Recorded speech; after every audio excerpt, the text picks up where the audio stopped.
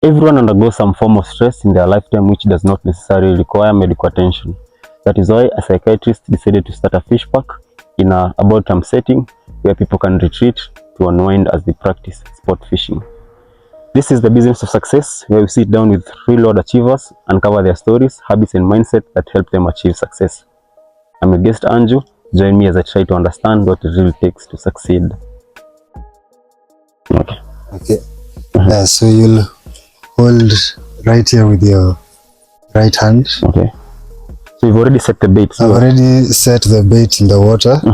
So what you'll look out for is a tag on this line. Once you feel the tag on the line, slowly pull back and lift. Okay. As you pull back. All right.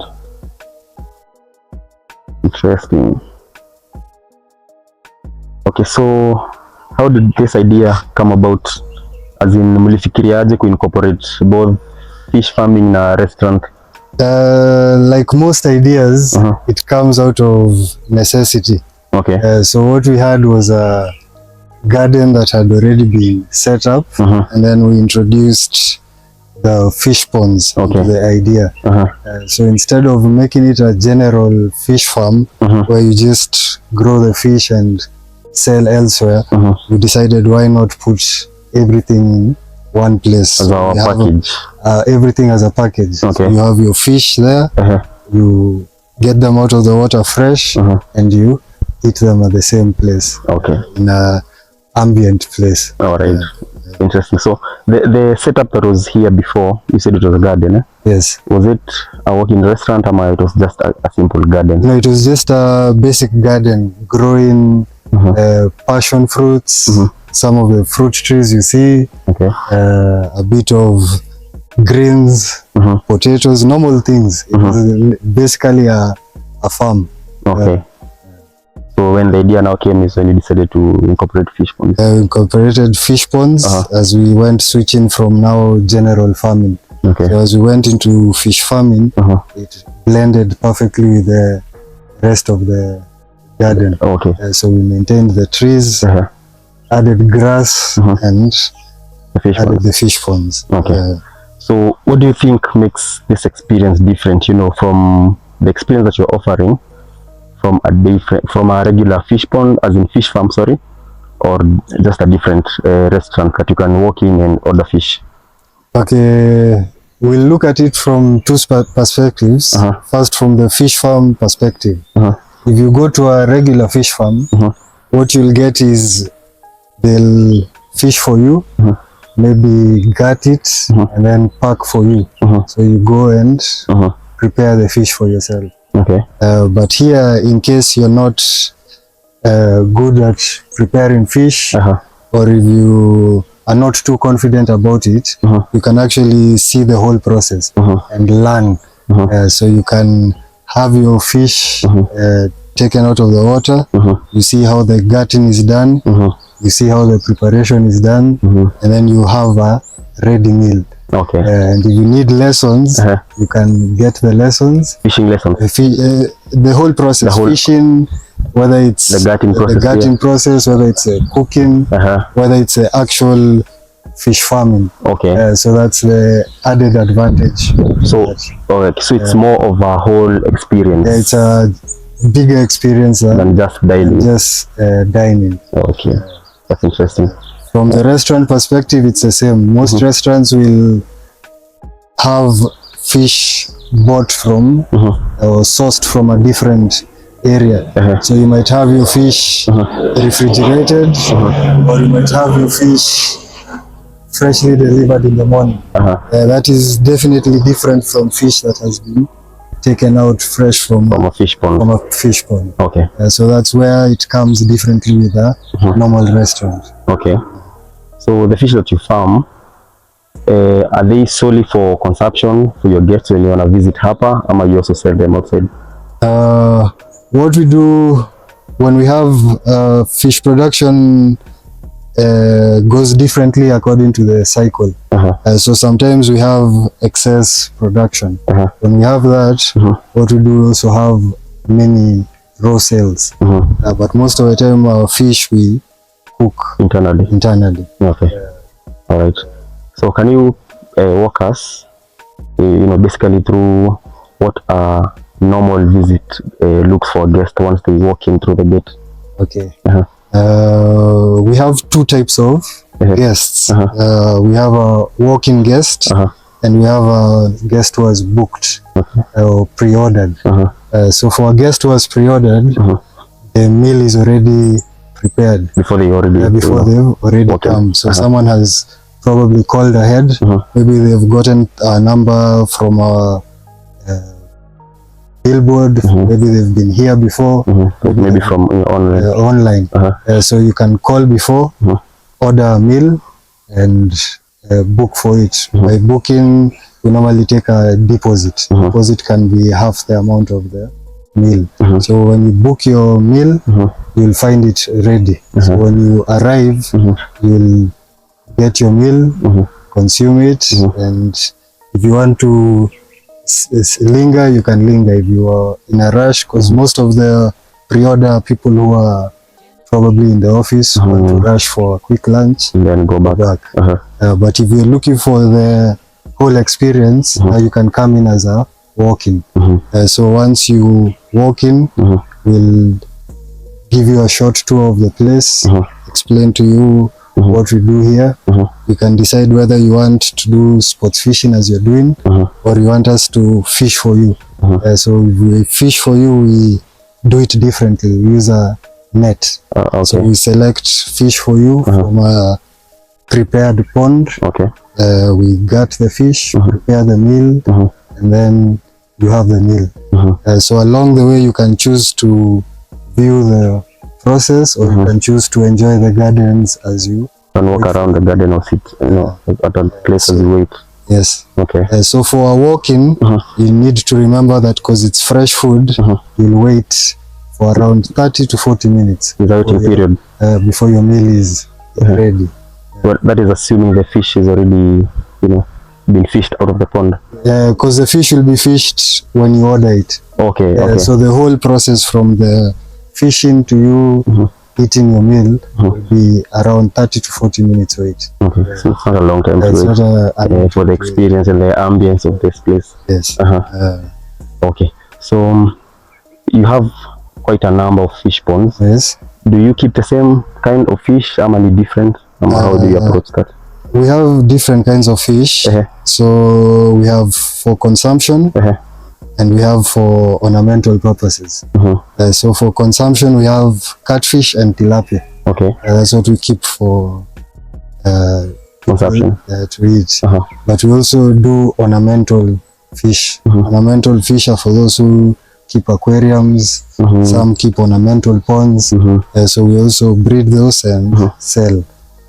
What breeds do you have that you're basically keeping them for ornamental purposes? Mostly we do koi carp and goldfish. Goldfish is a common one. I think people like how they look. That's why it's a bit common. But there are quite a number of varieties on the ornamental. So depending on, again, the season, you can find a number of ornamental different species. Oh, okay. That's good. So we've seen how the place looks, and it's beautiful to say the least. No? Thank you. So what are some of the challenges that you went through setting up this whole place? Main challenge, as most businesses, is finance. So anything good takes some investment. Of course. So depending on whether you have the ready finance or whether it's something you're doing, it'll determine how either how well you start off or how fast you're able to do it. So if you have limited finance, you need to have a plan where you can do things in stages, and learn to go through each stage in order to get through to the next. But if you have the resources, then with a good plan you can be able to. It becomes a bit easier to set up everything, and of course you are at a good pace here. Because fish farming initial costs are a bit high, but once you do your first sale, business makes sense. Okay, you're able to recoup your money. You're able to recoup your money, and you're able to plan for another stock if you want to do fish again, or if you are raising funds for something else, you can be able to do that. Okay. Would you say maybe when you're planning for finances as you want to venture into something that is similar to this, Yes. Between setting up your fish ponds and getting your fish, the different types, like tilapia and catfish, which is more costly? Is it setting up the fish ponds? Setting up the fish ponds is a costly part. Fingerlings are mostly sold at 10 shillings each per piece. Oh, okay. For most fish farms, between 10 and 20 shillings per piece. So it's affordable. So it's affordable fish themselves. Okay. But looking at the setup, if you on a piece of land that is flat, you'll need to excavate to get your pond. If you're doing what we have the other side, what you saw, the liner pond, you need to invest in the concrete, the liner, and not concrete. Concrete is not really advisable because concrete brings about the factor of cold. Oh, okay. The liner that you put, liner that we the put black on one, some, the black line. Oh, okay. Most liners go for around 200 to 500 per square foot. So for a pond that size, normal ponds, production ponds are normally 30 by 10 meters. So that's roughly 300 square feet. So you can see it's a substantial amount. Substantial amount. And of course, depending on how many fish ponds you have, you see how much you're likely to incur. Then there's fish feed. So on average, you might find a bag of fish feed goes around 4,000 for 25 kg, 4,000 to 6,000. So you see, even the feed will be a factor that you have to look at. So those are the general costs.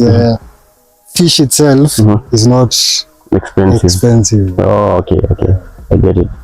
Would you say that finance was the only issue while setting this place up? There's also the issue of the area we set up in, because generally there's this factor of central Kenya, fish and fishing. Not really so there was a bit of that in the beginning, getting people to accept fish eating as part of the culture, and as part of something regular people can do despite being from a different culture. But that one ended up not being too much of a challenge, because once people experienced the fish, people were open to it, especially now when you have fish like catfish. It's very easy to consume, less bones, so you find even kids can have it. People who are scared of the small bones usually comfortably consume it, so it picked up a lot. Okay. All right. So after now you had already set up the place, did you have any challenges before you had guests coming in?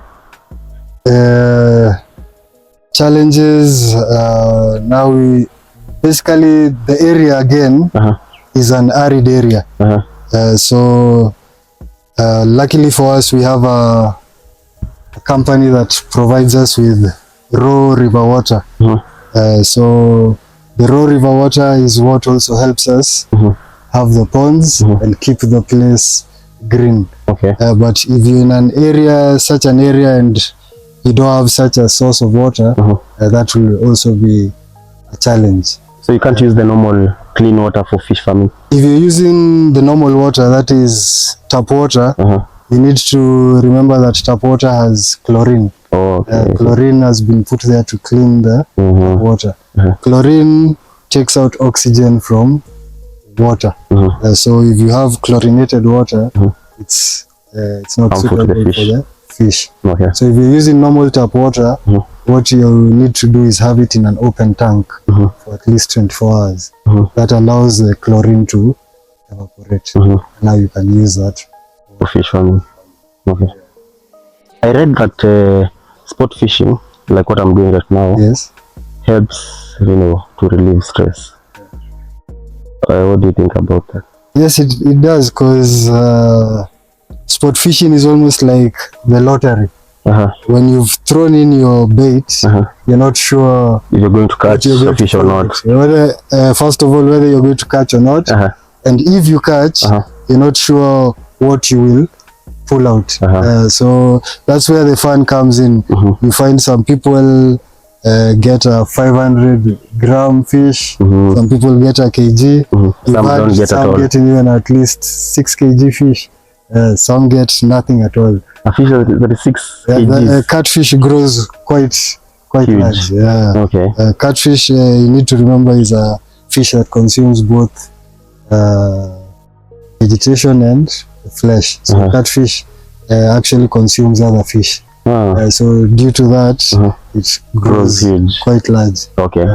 So the aspect of not knowing what you are expecting and the reward that comes with it is what helps relieve stress. It's part of the fun and part of the stress relief that you're talking about. Okay, that's good. It's a distraction from whatever. From the daily hassles that you usually encounter on a daily. So is it something that you would encourage people to do on a regular basis? It's something that you should maybe not, or maybe regular, at least once give it a try. You should give it a try once in a while. See if you like it. If you like it, and see how your luck is. Try your luck, see if you're a fisherman. All right. Okay, that's good to hear. So I'm not sure I'm having any luck today. So maybe you can try maybe a different method where the net fish, if you are able to catch maybe a fish or two. Okay. That works. Okay. So now what we have here is gutting process. Okay. For that, first of all, what we normally do, we prepare some water in a basin and add lemon to the water.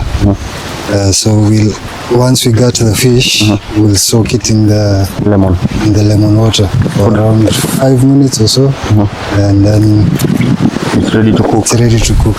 What is the purpose of the lemon in the water? One of the main things is that smell. You normally hear people saying harufu ya samaki. Okay. But first of all, what you'll notice, do you feel that smell as you stand where you are? Kidogo sana. Because right now what you're smelling is the smell of the water. What you actually realize is that fish doesn't have a smell, especially fresh fish. So the more smelly a fish is, the longer it has stayed out of water. Out of water. Out of water. Oh, it starts to smell. Yeah, once it starts going bad, that's when the smell starts. Okay. Yeah. But ikiwa kwa maji haina any smell.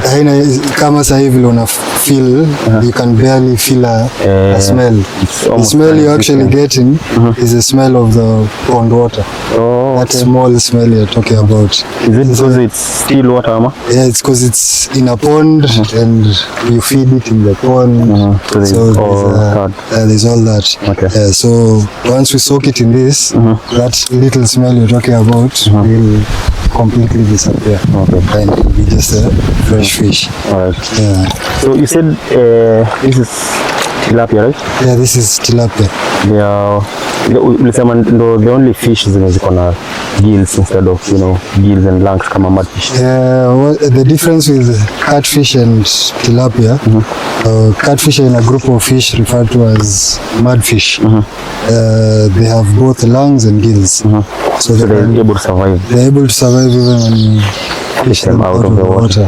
But tilapia on the hand are strictly gills. So once you fish them, then you have to consume them. Okay. But they're still moving though. That's because they're fresh.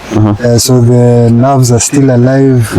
So you'll keep seeing a little bit of movement. But the fish itself is not alive. The fish itself is not alive. If you put this back in the pond, probably tomorrow or the next day you'll find it floating. Alright. And about the size, What does it take to, you know, get them to a substantial size? Let's say maybe half a kilo. Now the size is about feeding and the time you've taken to grow the fish. So you'll find for a fish to mature, it takes about 8 to 10 months for catfish. You can get catfish to around a kg with good feeding, 8 to 10 months. For tilapia, it will take slightly longer, probably a year and a half. And all that is based on what the fish consumes. Now for catfish, it's a high protein fish. It consumes higher amounts of protein than tilapia. So naturally it grows bigger and faster. So that explains why when they are, you know, when you fish from, let's say, a river, you will get bigger sizes as opposed to, you know, when because you fish from a farm. When you're fishing in a river, some of the fish you're pulling out probably have been, you can't really tell the age, how long they've been there, but probably they've been there quite a while. So they've gotten a chance to grow. Then in tilapia, you'll see what I'm doing right now. This is called descaling. So tilapia also have scales. So as you're gutting tilapia, the first thing you have to do is remove the scales. For catfish, you'll find you don't have to go through this. They don't have gills? They don't have scales. Scales, I mean. So for catfish, you'll just go straight into the gutting. So how old would you say this size of a fish is? This is around 4 to 6 months. 6 months is a long time for this size. It takes quite some time. That's the part where it came into the feed being part of the initial cost. Because all along you'll have to keep feeding them before you're able to make returns. To be able to make good returns, you need to have sizable. It makes sense to have the fish. For example, in the pond we are talking about the 30 by 10 meter pond. On average you'll stock about 2,000 fish in the pond. So if you get that fish to a kg per fish, you're talking on average around 2 tons of product, 2 tons of fish weight. And that's each individual fish is 1 kg. We're just assuming you get each individual fish to 1 kg. So you see, when you're doing your sales, that will be more economical than the person who has smaller fish. So to make a kg, you've taken out 3 or 4 of your fish, as opposed to someone who's going to take one fish, 1 kg. So that's where getting them to a large size will be an advantage.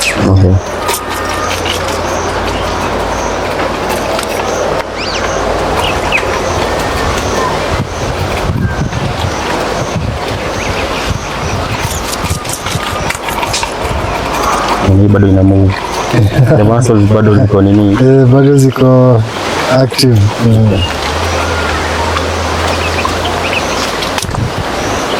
So for about 6 months, how long, you know, let's say you want to keep them for about 6 months, how much are you going to incur in terms of cost that, you know, that goes into feeding them? If you're feeding intensively, you'll probably, for the amount of fish I said, the 2,000 fish, you'll probably find you're going through 1 or 2 bags, 2 bags a week. So you can do the maths. And the bag is 4,000. You can do, a bag on average is from around 4,000 a bag for the 25 kg bag. So you can do the maths for the. Quite costly. Quite costly. But again, if you get them to roughly a kg each, then it's easy to get your money back. Yeah, you find that once you make your sales, you'll recover. You'll have all your expenses paid for, and you'll have enough to restock and start your next batch of fish. Then over time you find you've turned it into a into a business. Sustainable business. Can be a sustainable business. Okay. But then again, now the cost of feed will depend on the level, the number of fish you have in the pond. Because you can start small. If you start small, definitely you'll use less bags per every time you feed them. So, can you feed them anything that is, not what you're buying from the store? Is there a cheaper feeding option? For a cheaper feeding option, you can manufacture your own food. But that again, you'll have to make sure you're doing the right thing. Because again, if you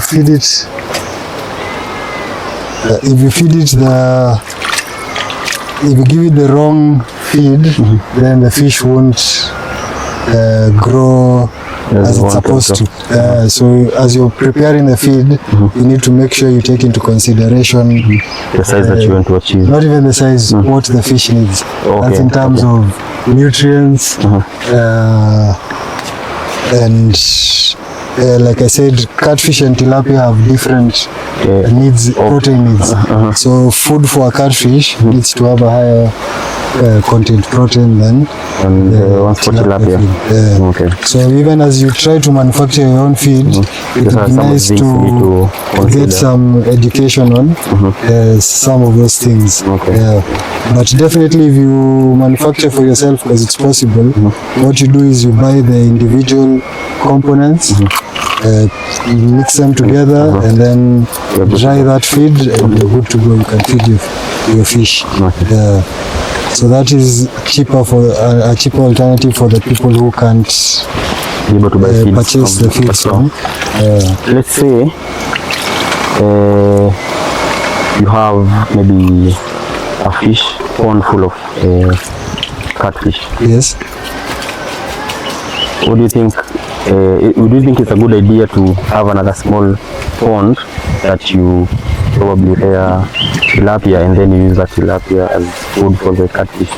What other people also do, a way of sustainable production, you can mix both. Because tilapia, again, you find tilapia, you have a challenge with breeding. Most of the time when you're stocking tilapia, when you're buying your fingerlings, if you buy from a reliable production farmer who produces the fish, they'll tell you there's what they call monosexing in fish. So that's where they'll try to get the fingerlings to be one specific sex. So if it's male, it's all the fish are male. If it's female, all the fish are female. This is to avoid breeding the fish once in the pond. But such things can't be 100%. So you normally find in a pond, a tilapia pond, there'll be some males, some females. This fish, once it gets to about 3 months old, it's ready to reproduce. So tilapia start that while in the pond. Remember when I was talking about the pond, we were talking about production, stocking. You have a limited amount of stock you can put in a specific size of pond. You don't want to put too many fish in a small pond. So if tilapia overbreed, you will soon find that your pond is overcrowded. So what people normally do, you can mix a few catfish once the tilapia gets to around 3 months old. So that when they start breeding, catfish will feed on the fingerlings of the tilapia breeding. So you find the catfish the number of them grow due to having protein, and the tilapia will grow due to having a limited population. Can also work. That is a smart way to approach it.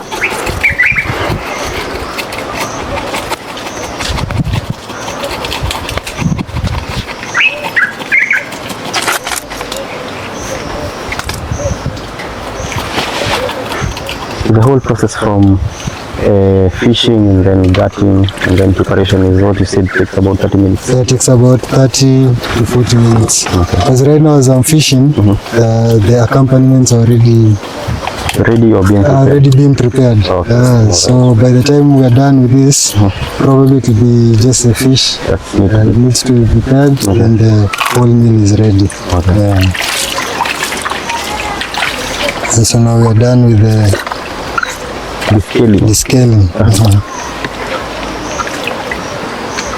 So when gutting, what do you need to look out for? Gutting, you need water. So as you can see, I'm having that another challenge.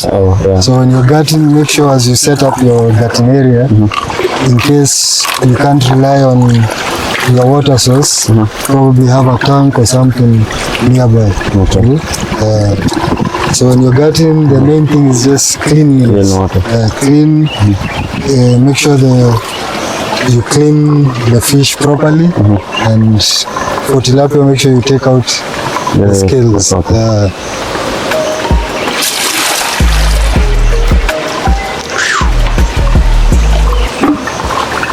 Gutting is also a time when you'll be able to tell whether your fish are okay. Because if your fish have any health conditions, you'll be able to see it on the skin, depending on how the fish looks. So like now you can see these fish are all... Assuming it's not healthy, how will you know? You'll probably see just the same way you see rashes on a person, or boils, open sores. You'll see the same thing on the fish. So if you physically can see that the fish is okay, then it's a healthy fish. Another place you can see something like that is now once we make the slice when you're gutting. The insides might be rotten, or you might feel an intense smell. That's when you know maybe that fish is not good for. But like this ones, once you open, you can see.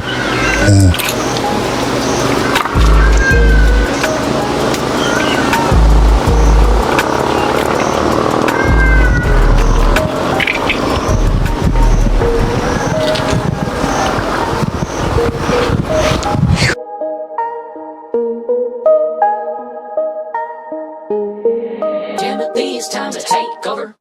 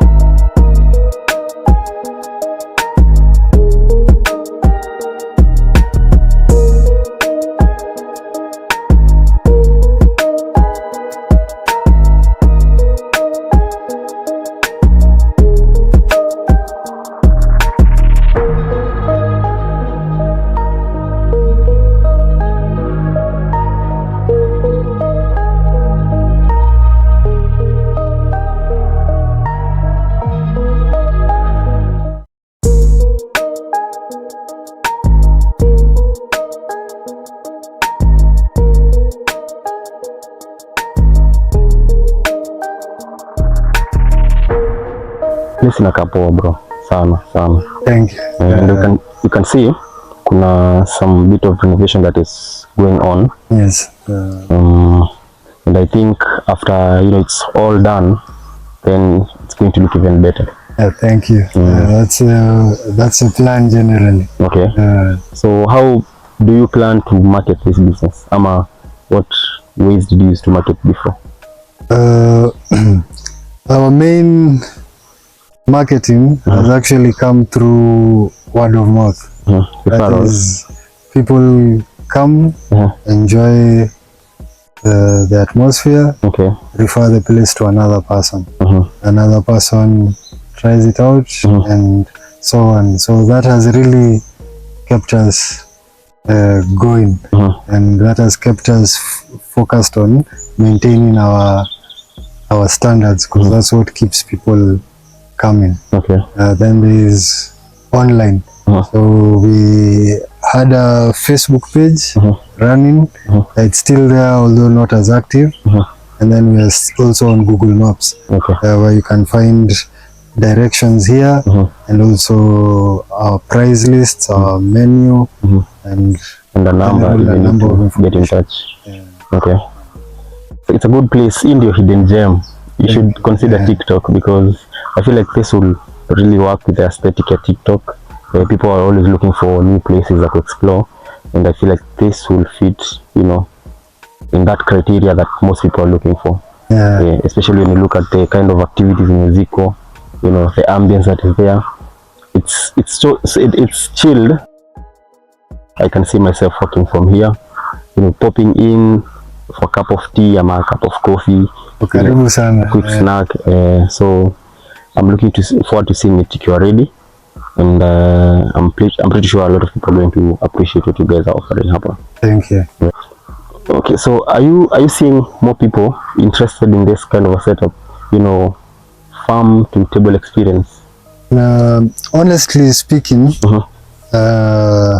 even as I go around these days, I've noticed a lot of places have gone back into that healthy eating. When people are going back to foods that were generally referred to as traditional foods. So in general, I would say a lot of people nowadays consider health as a factor to consider when choosing what you eat. So definitely a lot of people have gone into more fresh production instead of the processed foods, so to say. So there you can definitely see a trend where people are starting to appreciate you know, the whole experience, being able to fish and then enjoying a meal that is fresh from the ponds. Okay. What would be your advice for someone who's trying to get into this kind of business? Someone basically in a relatable business, could be fish farming, a restaurant, or, you know, basically a mix of the two, like what you're doing here. One of the key things I'll say is patience. Patience is important in anything in general, because you might find at times you have an idea that something will go at a certain pace or work in a certain way, but when you find it doesn't go as you expected, you'll need the patience to be able to sit through a hard time or wade through to be able to wade through the hard times. Another one is dedication. So you need to be dedicated to what you're doing. If you decide to try something, before you decide to give up, make sure you've exhausted all options. Make sure literally you've found out this thing is not possible before you quit. Sometimes you find when you're deciding to quit or when you feel like giving up, if you push on just a bit further, you find that you'll actually succeed. Just close. Most people actually don't realize they were very close to success when they decided to quit. It's true. They say the darkest hour comes before dawn. So when you're just about to see the light, that is when most people give up. Decide to give up. So you have to be dedicated. All right. What are your plans for this place? Maybe the next 2 years, or maybe the next 5 years? Basically improve services, maybe work on accommodation. Mostly we've been having camping, so we've been allowing people to camp on the grounds, but maybe we can do a few rooms here and there. And being a fish park, I've always wanted to increase the variety of fish that you can consume here. So that's another plan in the works. Right. There's something that you mentioned, you know, about the fruits that are available. Yes. Are they served as accompaniments or as a starter? I forgot to mention that when I was talking about walking guests. So once you arrive, as you wait for your meal to be prepared, we serve you the fruits you've been seeing around. And that's again fresh. The fruits are picked either from the tree, or if it's sugarcane, it's fresh from the ground. So you have the fruits as you wait for your meal to be prepared. What fruits are on the menu? We have oranges, tangerines, we do apples, and at times we have strawberries. Okay. So depending on what's available, you'll be served a combination of the fruits plus sugar cane. Okay. All right.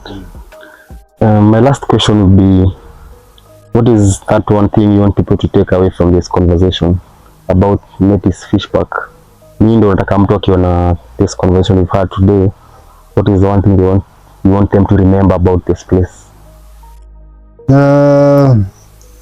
For those who have visited us before, we are still there. We are still improving, still fresh meals. For those who haven't experienced the Metis experience, it's worth a try. Okay. And you don't necessarily have to, like I said, you don't necessarily have to come to consume fish. You can come for education. We teach you the whole process from pond construction, rearing fish, breeding, selling. So the whole aspect can be covered here. If you're looking for a recreational place, we have a sizable garden, but for small events, we normally stress on small events. How do you categorize a small event? Up to how many Let's people? say 60 people and less. Downwards. Downwards. Okay. There are some large numbers that we won't be able to host within our, or comfortably host within our space. Okay. All right.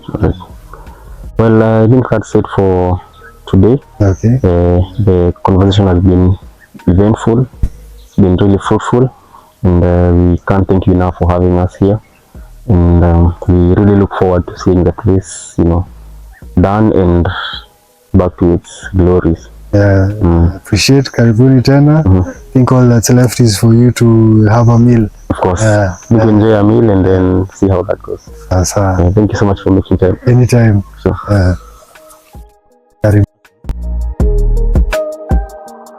The taste aje. The food, the presentation is okay. Let's dig in to see.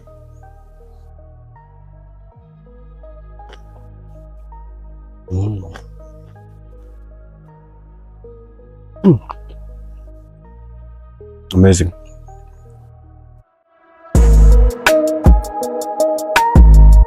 Let's taste a bit of fish.